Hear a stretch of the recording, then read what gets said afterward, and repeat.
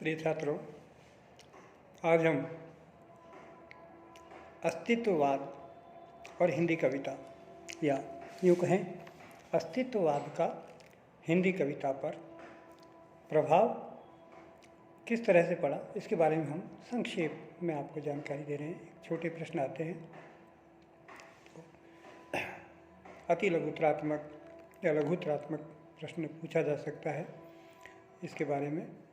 तो अस्तित्ववाद हिंदी कविता में किस तरह से अपना संबंध रखता है या अस्तित्ववाद और हिंदी कविता में क्या अंतर संबंध है, इसके बारे में हम एक संक्षेप में चर्चा कर रहे हैं। अस्तित्व शब्द अंग्रेजी के एग्जिस्टेंस का पर्याय है। एग्जिस्ट उपस्थिति,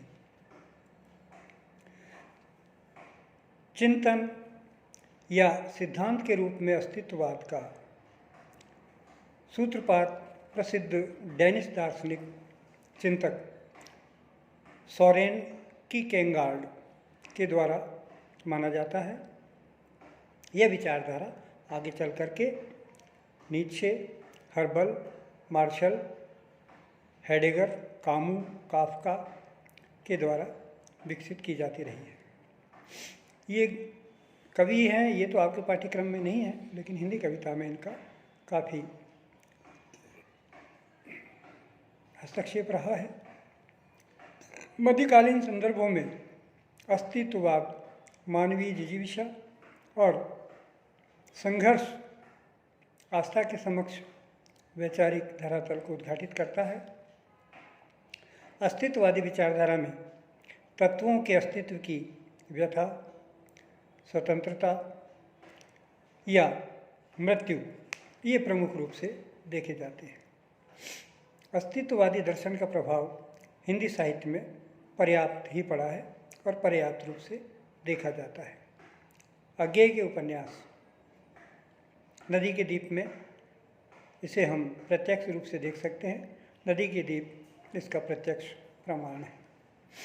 काव्य रचनाओं की दृष्टि से अस्तित्ववादी दर्शन से प्रभावित होकर के लक्ष्मीकांत वर्मा और अन्य कवियों की कविताओं में आत्महत्या का जिक्र बार बार आया है। लक्ष्मीकांत वर्मा लिखते हैं, आज मैं प्रेत हूँ क्योंकि मैं अपनी मौत से नहीं मरा हूँ, मैंने की आत्महत्या जानबूझकर। तो जगदीश चतुर्वेदी जी कहते हैं, घुट रही है मेरी दम तोड़ती सांसें, मुझे उबकाई आ रही है। विजय देव नारायण शाही आधुनिक लेखक हैं। उनने लिखा कि देर तक मैंने अट्टहास और संगीत सुने हैं, करीब तीसरे पहर जाकर भयानक चीख सुनाई पड़ती है। इसके अलावा भी बहुत से कवियों ने मृत्यु, शोक, मौत, लाश, इनके ऊपर शोक गीत है, इनके ऊपर बहुत से कविताएं, बहुत सा काव्य लिखा गया है। तो हम ये कह सकते हैं कि स्वातंत्र्योत्तर स्वतंत्रता के बाद हिंदी कविता पर अस्तित्ववाद का गहरा प्रभाव पड़ा है। एक समय तो ऐसा था जब चर्चा के केंद्र में केवल अंग्रेजी साहित्यकार या पश्चिमी साहित्यकार सार्त्र और उनका अस्तित्ववादी था, किंतु यह एक निराशावादी दर्शन है जो जीवन के सारे उल्लासों और उपलब्धियों का निषेध करता है। पर हमारे कवियों ने आशा का पल्ला कभी नहीं छोड़ा है। निराशा के साथ साथ आशावादी संचार भी, यथार्थ के साथ साथ कल्पना का समावेश हिंदी कवियों की विशेषता रही है। तो हमारे कवियों ने आशा का पल्ला नहीं छोड़ते हुए बतौर फैशन अस्तित्ववादी दर्शन के प्रभाव में आए और उनकी कविता दीर्घकालीन या सार्वकालीन कविता नहीं बन पाई। अस्तित्ववादी दर्शन का प्रभाव विभाजित व्यक्तित्व के रूप में भी देखा जाता है। श्रीकांत वर्मा, सर्वेश्वर दयाल सक्सेना, गिरजा कुमार माथुर, जगदीश चतुर्वेदी, विजय देव का प्रभाव हिंदी कविता में, आधुनिक हिंदी कविता में और नई कविता में विशेष रूप से देखा जाता है। अस्तित्ववादी कविताएं इनकी हिंदी के आधुनिक कविता में, हिंदी की नई कविता में, इनकी कविता में उसका अस्तित्ववाद का प्रभाव इनकी कविताओं में हम व्यापक रूप से देख सकते हैं। राजकमल लिखते हैं एक जगह कि मैं इस शव के गर्भ में हूँ और यह शव मेरे कंधों पर है। लक्ष्मीकांत वर्मा की अनुभूति, उफ कितना अजनबी हूँ, कितना निर्वासित हूँ।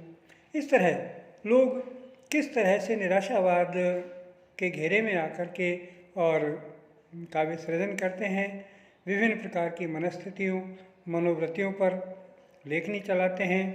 तो ये हिंदी साहित्य में पाश्चात्य अस्तित्ववाद है, सार्त्र का अस्तित्ववाद है, उसके प्रभाव में आकर के हिंदी कविता में भी इस तरह का साहित्य लिखा जाने लगा है, इस तरह की कविताएं लिखी जाने लगी है जो हमारे सामने है। तो अस्तित्ववाद जो मानवीय जिजीविषा और संघर्ष की आस्था है, उसके वैचारिक धरातल को उद्घाटन करने वाला है, जो हमें हिंदी साहित्य में या हिंदी कविताओं में यदा कदा अधिकांश कविताओं में देखने को मिलता है। धन्यवाद।